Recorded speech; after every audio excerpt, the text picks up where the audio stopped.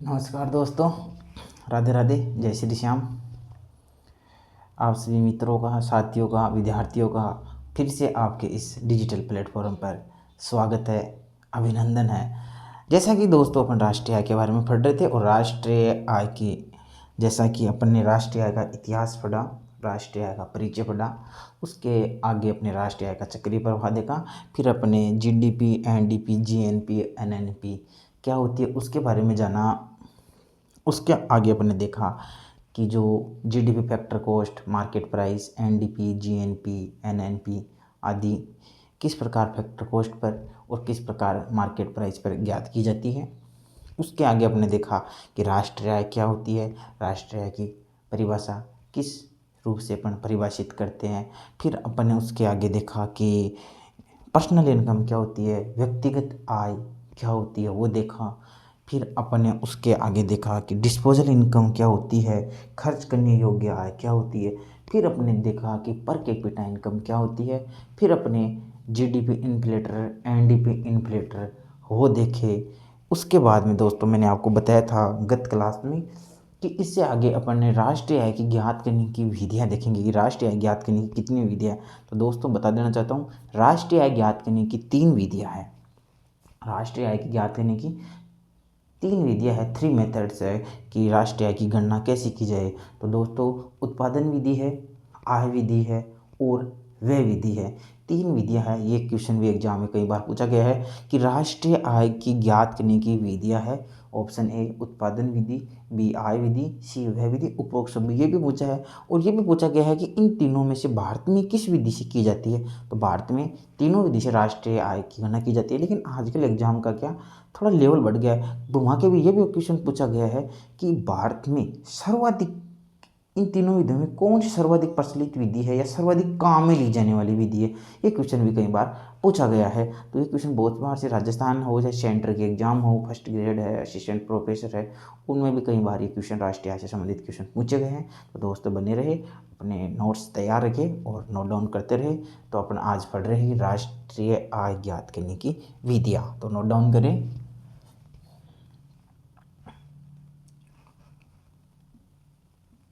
राष्ट्रीय आय ज्ञात करने की 3 विधियाँ है। राष्ट्रीय आय ज्ञात करने की 3 विधियाँ है। कौन कौन सी है? नंबर 1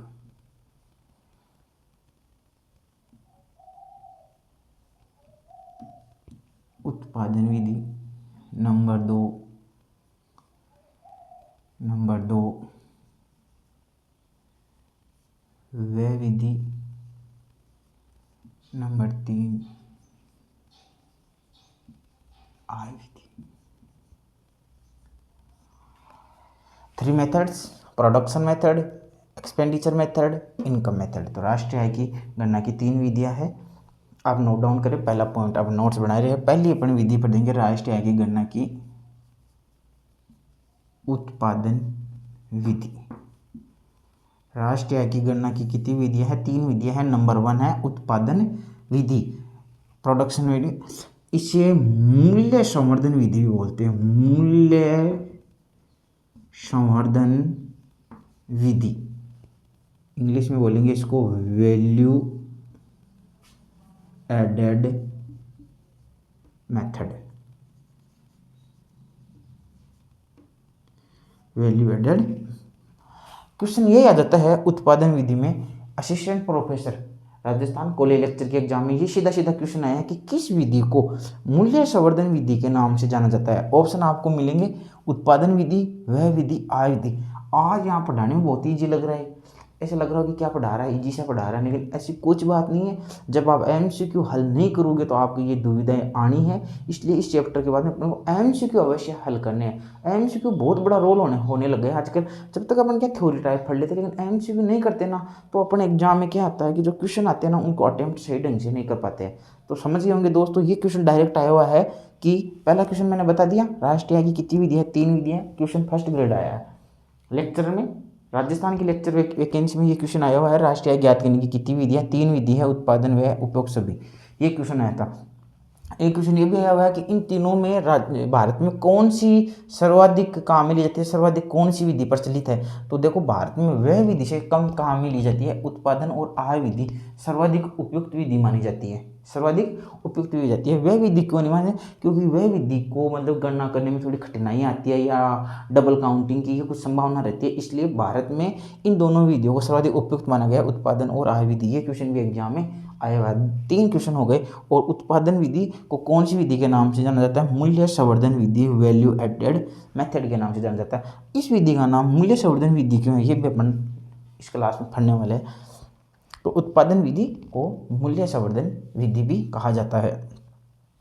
उत्पादन विधि में राष्ट्रीय आय की गणना कैसे की जाती है, सबसे पहले तो अपन ये देखेंगे कि देखो इसमें देखो 2 बात समझ में आती है। मूल्य उत्पादन, देखो प्रोडक्शन हो रहा है, प्रोडक्शन विधि मतलब देश में कितना प्रोडक्शन हो रहा है उससे अपन राष्ट्रीय आय की गणना करेंगे। देखो प्रोडक्शन कितना हो रहा है उससे ज्ञात करने के लिए देखो उत्पादन विधि में 3 क्षेत्र होते हैं, अर्थव्यवस्था के 3 क्षेत्र है, या उत्पादन के अर्थव्यवस्था में उत्पादन के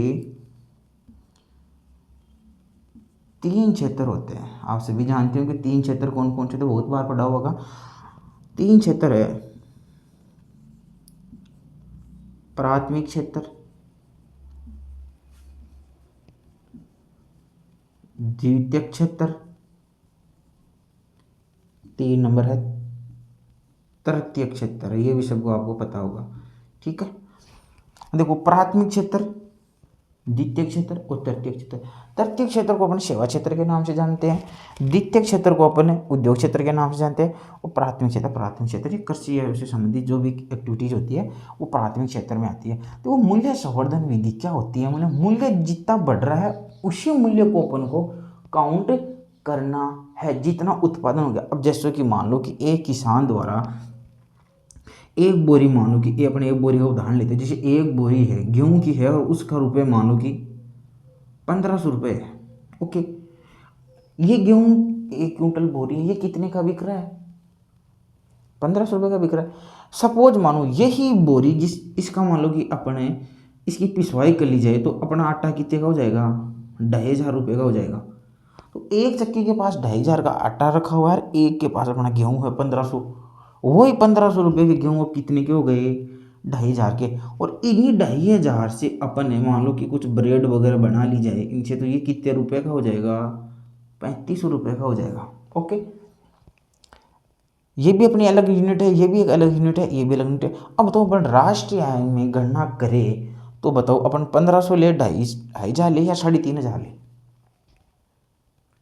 अब 3500 रुपये लगो तो वही 1500 का मीटर, वही गेहूं था 1500 का मीटर का आपने 3500 रुपये ले लिया। आप यहाँ भी इसका 1500 जोड़ दो, यहाँ भी इसका 2500 जोड़ दो, यहीं 3500 जोड़ दो। यदि आप तीनों को जोड़ दो तो बताओ राष्ट्रीय आय की गणना क्या आप सही कर रहे हो क्या।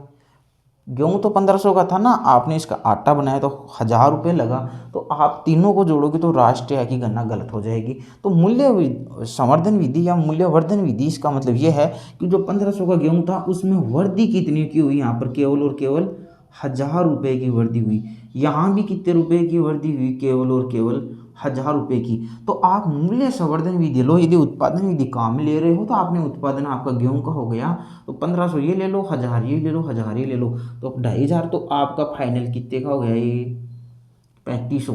तो या तो आप 3500 रुपये ये ले लो संवर्धन करके, या फिर आप उत्पादन विधि काम में ले रहे हो तो अंतिम वस्तु को लो ना आप, जहाँ ये ब्रेड बन रही है और अंतिम वस्तु जहाँ इसका क्या हो रहा है, उपभोग हो रहा है। मतलब कि अपन ने शुरू में पढ़ लिया था कि राष्ट्रीय आय क्या होता है, अंतिम वस्तुओं और सेवाओं के बाजार मूल्य का योग है। अंतिम वस्तु और सेवाओं के बाजार मूल्य का योग है। अंतिम वस्तु लेनी है मेरे को, अंतिम वस्तु मतलब जिसका उपभोग होने के लिए वो तैयार है, जिसका उपभोग किया जाएगा। मध्यवर्ती वस्तु नहीं होनी चाहिए। मध्यवर्ती वस्तु कौन सी होती है, जो वस्तु बाजार में आती है, जो वस्तु बाजार में होती है जिसे बेचने के लिए रखा गया है।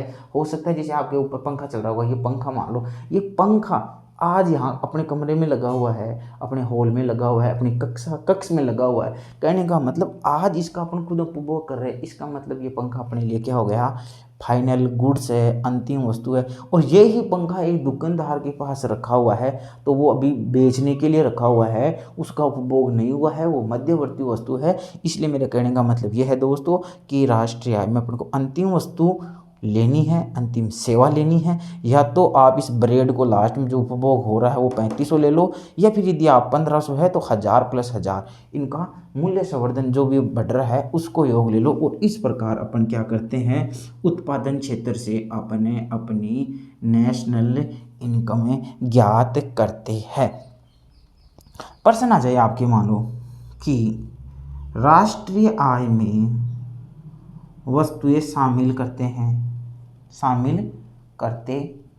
ऑप्शन ए, देश की अंतिम वस्तु एवं सेवाओं के बाजार मूल्यों का योग। ऑप्शन बी आ जाए, प्रत्येक अवस्था में मूल्य संवर्धन। प्राइस कितना ग्रोथ हो रहा है, वैल्यू कितनी एडेड हो रही है, उसको मूल्य संवर्धन बोलते हैं। ऑप्शन सी आ जाए, देश की सभी वस्तुओं के बाजार मूल्यों का योग। डी, ऑप्शन ए व बी दोनों। बोलो कौन सा आएगा इसमें। लग रहा है सारे आपको सारे सही लग रहे हैं। कैसे कि एनआई में किन किन वस्तुओं और सेवाओं को शामिल करता है। तो पहला क्वेश्चन है कि देश की अंतिम वस्तु और सेवाओं के बाजार मूल्य का करते हैं, देश की वस्तु और सेवाओं के बाजार मूल्य का योग शामिल करते हैं। बिल्कुल सही है सर। आप कहोगे सर प्रत्येक अवस्था में मूल्य संवर्धन हो रहा है, प्रत्येक अवस्था में कितना संवर्धन हो रहा है उसको भी मैं राष्ट्रीय आय में शामिल करता हूँ। तीसरा क्वेश्चन ये था कि देश की सभी वस्तुओं और सेवाओं के बाजार मूल्य का योग। तो कुछ जल्दीबाजी में पढ़ोगे और ऑप्शन डी आ जाएगा, उपयुक्त सभी भी आ जाएगा, ए व बी दोनों भी आ जाएगा। नेट जेआरएफ आदि एग्जाम से में आने लगे आजकल, घुमा के आने लग गए। ई में आ जाएगा कि ए केवल बी, दोनों, इनमें से कोई नहीं। देखो इसमें क्या है, देश की सभी वस्तुओं के बाजार, देश की सभी वस्तुओं को शामिल नहीं करते, ध्यान रखना। देश की अंतिम वस्तु और सेवाओं को शामिल करते हैं, सभी नहीं। सभी में तो मध्यवर्ती भी आ गई, मध्यवर्ती को अपन शामिल राष्ट्रीय आय में शामिल नहीं करते दोस्तों। तो अब तक मैं यहाँ बताएं, यहाँ तक आपको समझ में आ गया होगा कि अपन उत्पादन विधि में ये पढ़ रहे हैं। ऐसा क्वेश्चन आ जाए तो अपन को उसको इस प्रकार अटेम्प्ट करना है। तो अपन वापिस पढ़ेंगे। ये आप प्रश्न नोट डाउन कर लो बीच में। उत्पादन के 3 क्षेत्र होते हैं, प्राथमिक क्षेत्र, द्वितीय क्षेत्र और तृतीय क्षेत्र। अप्राथमिक, द्वितीय क्षेत्र, इनसे अपन उत्पादन विधि से राष्ट्रीय आय कैसे ज्ञात करते हैं इसका अपन अध्ययन करेंगे। अब स्क्रीनशॉट ले लो या इसको नोट्स बना लो।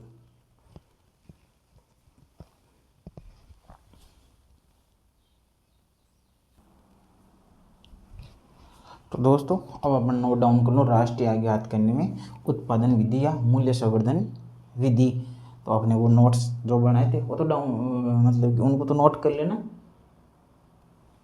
एक MCQ लिखाया था वो कर लेना। और अपन करते हैं कि उत्पादन विधि में इस विधि से राष्ट्रीय आय ज्ञात करने के लिए अर्थव्यवस्था के 3 क्षेत्रों को लेते हैं। तो मैं लिखूँ क्या या नोट कर लो क्या। इस विधि से राष्ट्रीय आय ज्ञात करने के लिए अर्थव्यवस्था के निम्नलिखित 3 क्षेत्रों को शामिल करते हैं। अब वो क्षेत्र लिखो कौन कौन से हैं। नंबर 1, प्राथमिक क्षेत्र, जिसमें कौन कौन से आते हैं, कृषि, पशुपालन, मछली पालन, ठीक है। नंबर 2,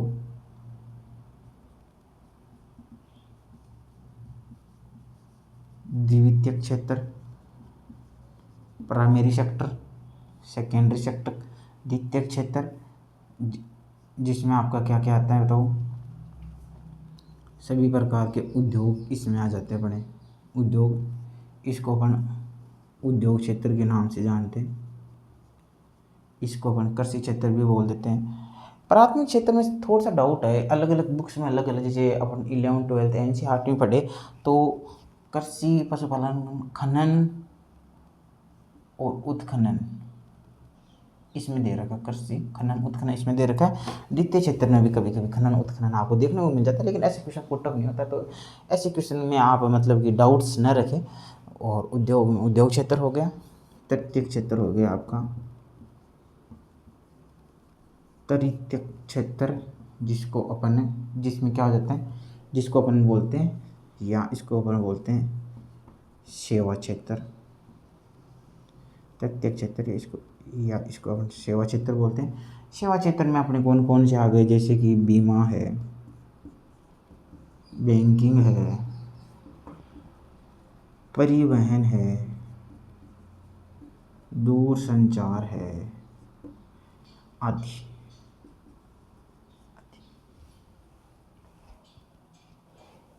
उत्पादन विधि से अपन प्राथमिक, द्वितीयक और तृतीयक क्षेत्र तीनों क्षेत्रों को अपन लेते हैं। इसकी परिभाषा अपन लिख लेंगे। उत्पादन विधि से, इस विधि से नेशनल इनकम, राष्ट्रीय आय ज्ञात करने के लिए उपरोक्त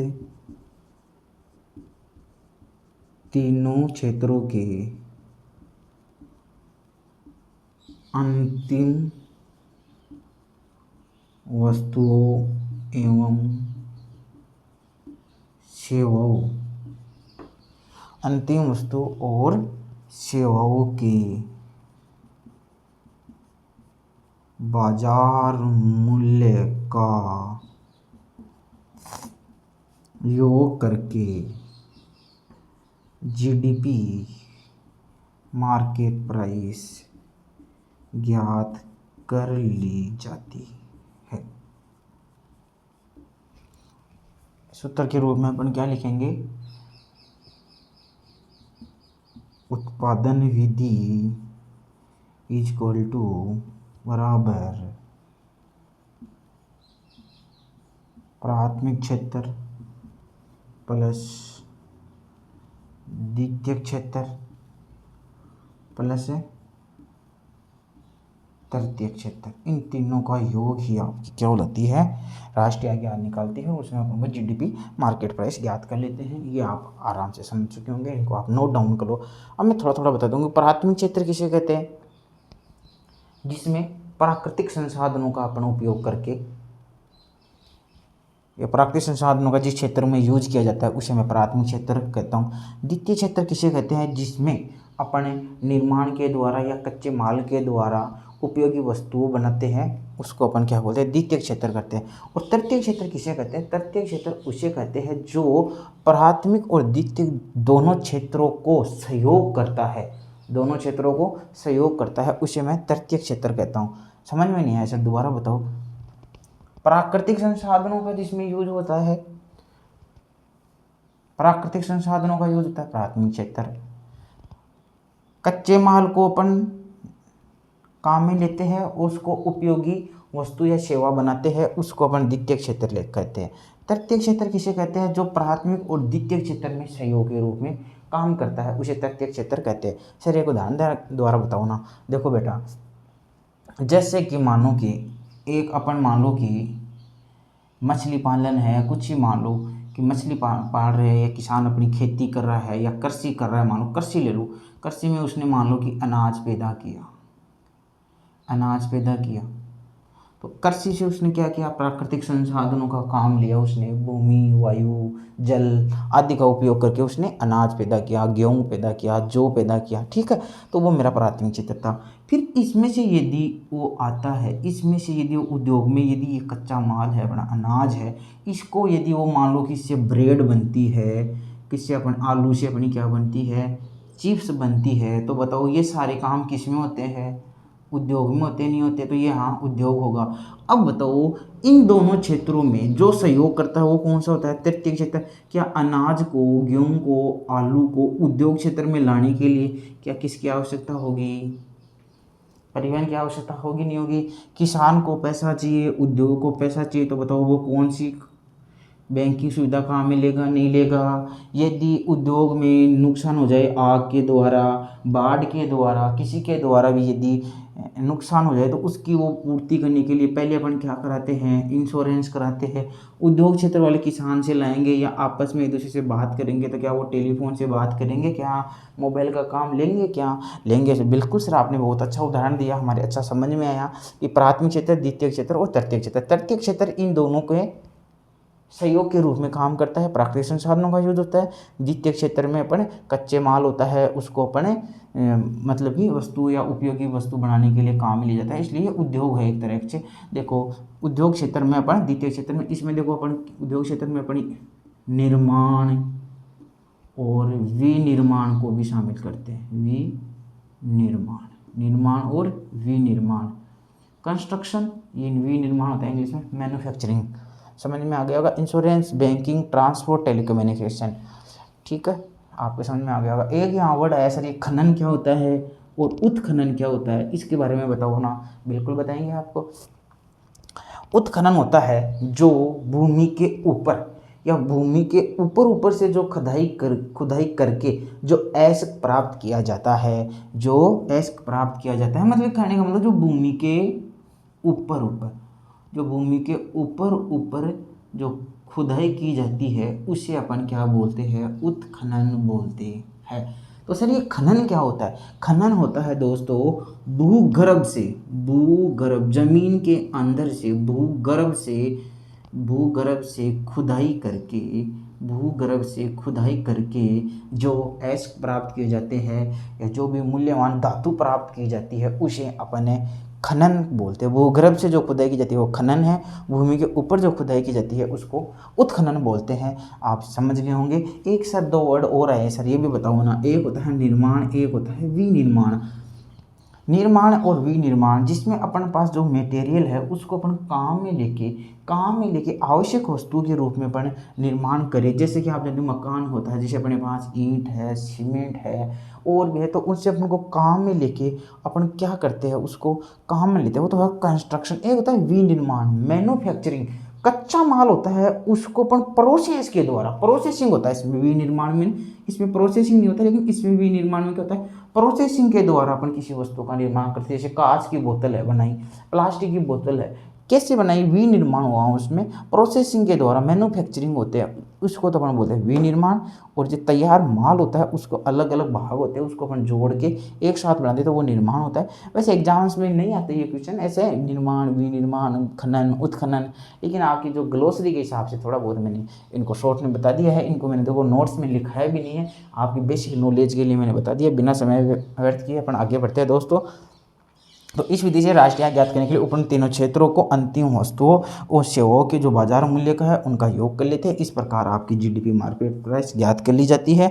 उत्पादन विधि में प्राथमिक क्षेत्र, द्वितीय क्षेत्र और तृतीय क्षेत्र को शामिल करते हैं। आशा करता हूँ कि यहाँ तक आपको समझ में आएगा। आप इसका स्क्रीनशॉट ले लें। इसके बाद में उत्पादन विधि के बाद में अपन पढ़ने वाले हैं, बताओ, आय विधि।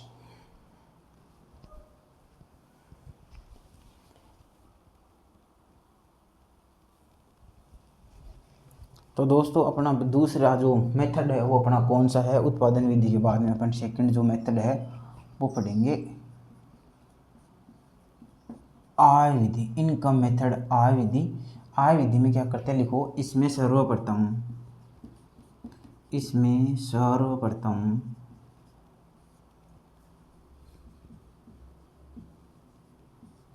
राष्ट्रीय आय, नेशनल इनकम ज्ञात करते हैं। वो कैसे करते हैं वो देखेंगे इसमें। इस विधि में सर्वप्रथम अपन राष्ट्रीय आय ज्ञात करते हैं। और राष्ट्रीय आय कैसे ज्ञात करते हैं? तो अपन लिखेंगे आय विधि में, तो लिखेंगे आय विधि में, आय विधि में लगान,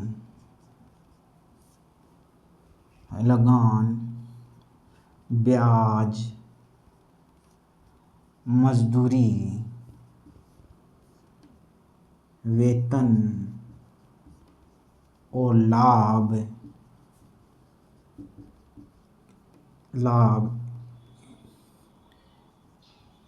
इन सभी को और लाभ को इस रेगुलर से सही भाषा में लाभ को जोड़कर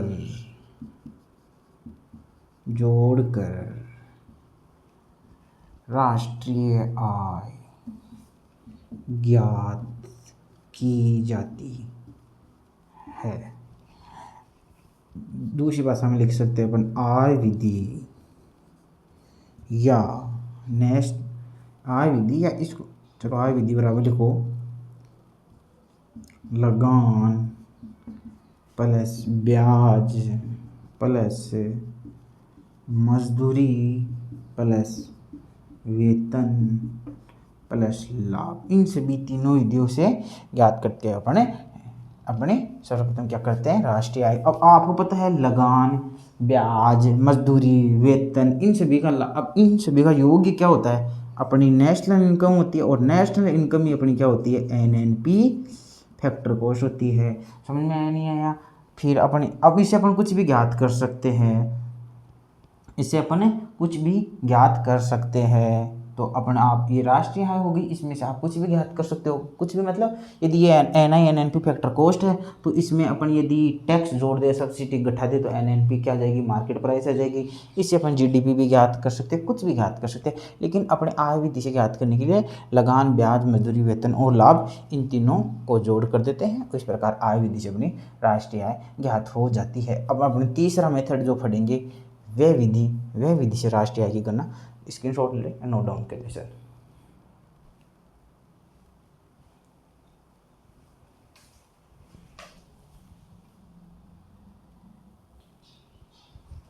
दोस्तों उतार लिया होगा आपने। अब अपन व्यय विधि पढ़ेंगे अपनी, उतार लो व्यय विधि। तीसरी विधि है अपनी राष्ट्रीय आय ज्ञात करने की। अपने उत्पादन विधि पढ़ ली है, आय विधि पढ़ ली है और अपन अब व्यय विधि पढ़ रहे हैं। व्यय विधि से अपन राष्ट्रीय आय कैसे ज्ञात की जाती है तो लिखो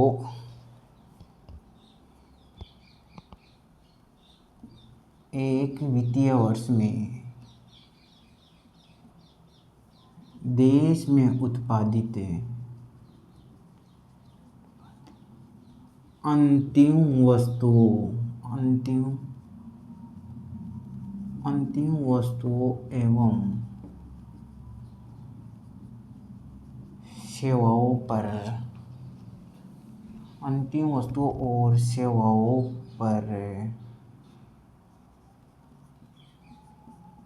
होने वाले व्ययों से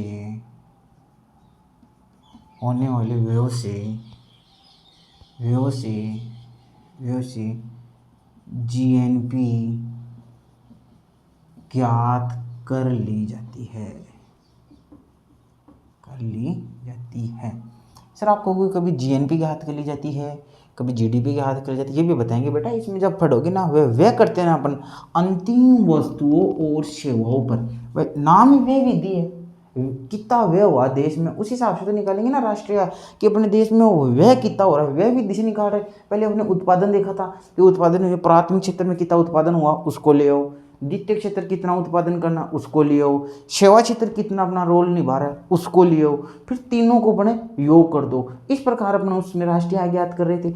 अब उसमें क्या कर रहे हैं अपने व्यय कितना हो रहा है, अपने जो फाइनल गुड्स और सर्विस तैयार हो चुके हैं उन पर अपना एक्सपेंडिचर कितना है, अपना व्यय कितना है, उससे अपन क्या ज्ञात करने वाले हैं राष्ट्रीय आय ज्ञात करने वाले हैं। तो आप कहोगे सर अंतिम वस्तुओं और सेवाओं पर कितना व्यय हो रहा है। तो अपन देखेंगे कि व्यय को अपन किस प्रकार के क्षेत्रों में बांटते हैं। जिस प्रकार अपने उत्पादन के लिए 3 क्षेत्र बांटे, नहीं बांटे, प्राथमिक द्वितीय तृतीय, उसी प्रकार व्यय के लिए भी अलग अलग कैटेगरी बना रखी कि व्यय अपन किस किस क्षेत्र में कितना कर रहे हैं या अपने व्यय की कितनी कैटेगरी है। तो उस व्यय की अपन कैटेगरियां पढ़ने वाले हैं। तो लिखो व्यय को अंतिम वस्तुओं या ऐसे लिखो अंतिम वस्तुओं और सेवाओं पर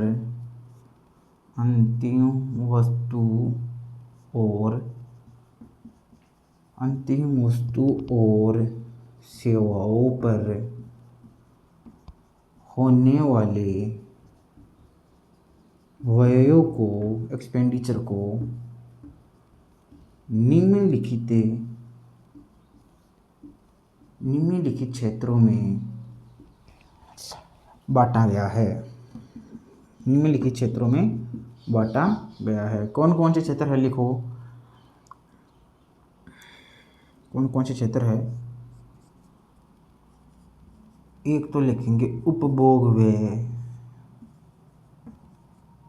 उपभोग व्यय। एक लिखेंगे अपन निवेश व्यय, निवेश। एक अपन लिख देंगे सरकारी व्यय, और एक अपन लिख देंगे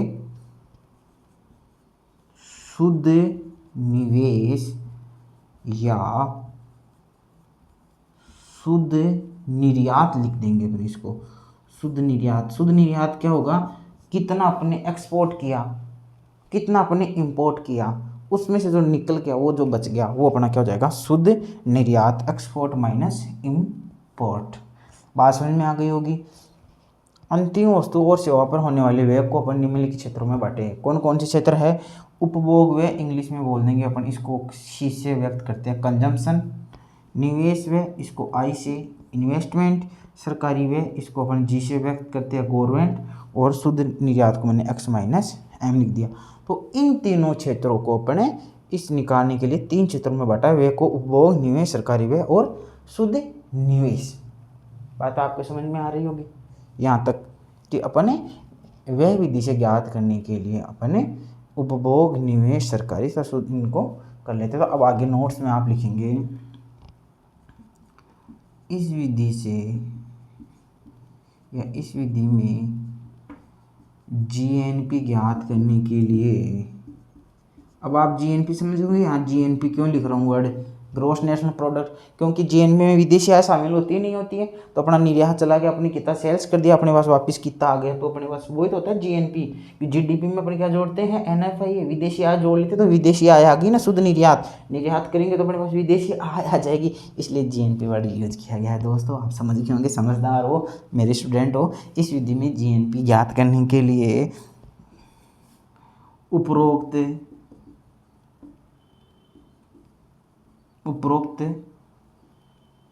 व्ययों को जोड़कर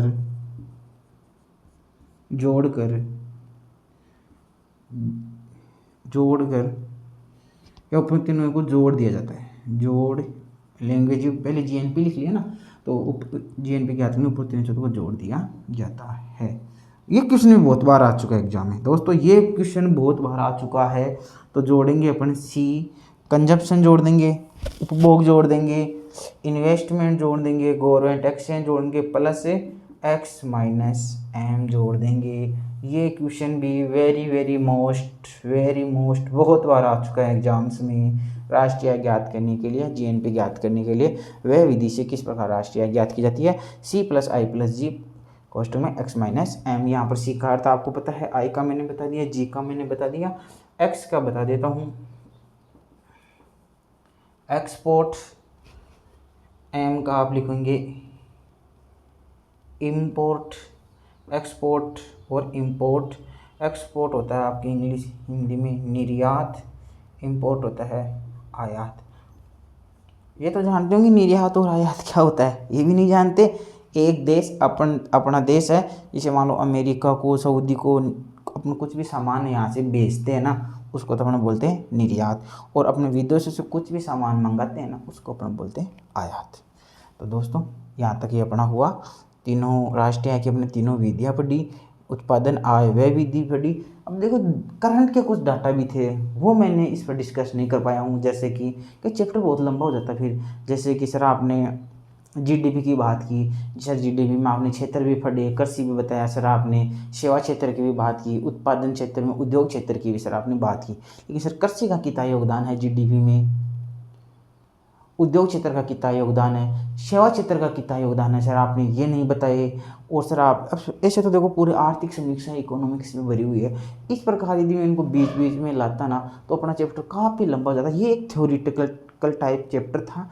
किस प्रकार अपनी जीडीपी, एनडीपी, जीएनपी होती है, किस प्रकार अपन, अब जैसे कि आर्थिक समीक्षा होती है ना, आर्थिक समीक्षा के डाटे है, कृषि के है, पशुपालन के है, उसका अपन एक अलग से वीडियो बनाएंगे। उसमें अपन देखेंगे कि किस क्षेत्र का कितना क्या योगदान है। मैंने ये भी नहीं बताया कि जैसे आपकी कृषि है, सेवा क्षेत्र, उद्योग क्षेत्र है, इन तीनों में भी अपने देश में राष्ट्रीय आय में सर्वाधिक अंशदान किस क्षेत्र का है। मैंने इन पॉइंटों को किसी भी एक इजी सा पॉइंट भी इसका भी आंसर नहीं दिया, क्योंकि मैं इनको छेड़ना नहीं चाहता। एक बार मैं राष्ट्रीय आय वाले चैप्टर को पूरा करवाना चाहता हूँ।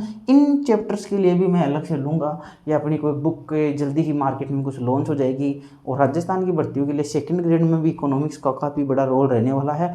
तो अपने क्वेश्चन तो देखो, अपनी तो मेहनत ही बताएगी कि हूबहू आने वाले हैं, नो चेंज होगा, क्वेश्चन फटाफट होंगे अपने में। तो पूरे में पूरे अपन तो इसी सिद्धांत पर काम करते हैं कि अपने बच्चों के एक भी नंबर नहीं कटे, इकोनॉमिक्स के जितने क्वेश्चन आए अपने, बस अपने पढ़ाई हुए से बाहर नहीं आएगा, पूरे के पूरे सही होंगे।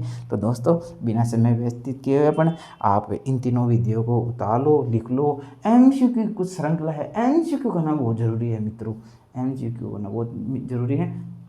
वैसे राष्ट्रीय आय से संबंधित अपनी ये तीनों विधियाँ हो गई हैं। अब अपने इस चैप्टर से ज़्यादा कुछ बचा नहीं है। अब जैसे मार्शल पेगू की वो परिभाषा थी थ्योरिकल टाइप में, वो भी अपन कभी वापस देख लेंगे। इस चैप्टर को अपन यहीं समाप्त करने का विचार बना रहे हैं। जैसे कि अब ऐप से, यहाँ ऐप लॉन्च करेंगे या ऐप में यहाँ आप आओगे तो उनसे अपन नोट्स प्रोवाइड आपको कर दिए जाएंगे। वैसे मैंने नोट्स वगैरह लिखा दिए, अब ज़्यादा नहीं बचा। मार्शल पेगू, इनकी एक दो परिभाषाएँ बची है, राष्ट्रीय आय में आने वाली कठिनाइयाँ बची है कुछ, और इससे ज़्यादा इस चैप्टर में कुछ बचा नहीं है। इसका अपन देख लेंगे। तब तक दोस्तों आप उतारो, तब तक के लिए अपन नेक्स्ट वीडियो लेक्चर में मिलते हैं, फिर अपन बात करते हैं अपन को नए चैप्टर के साथ में। आप बने रहो दोस्तों। परिवार के सदस्य बनने के लिए आप चैनल को लाइक करो, सब्सक्राइब करो। तब तक के लिए बाय, कल मिलते हैं। ओके दोस्तों, बाय।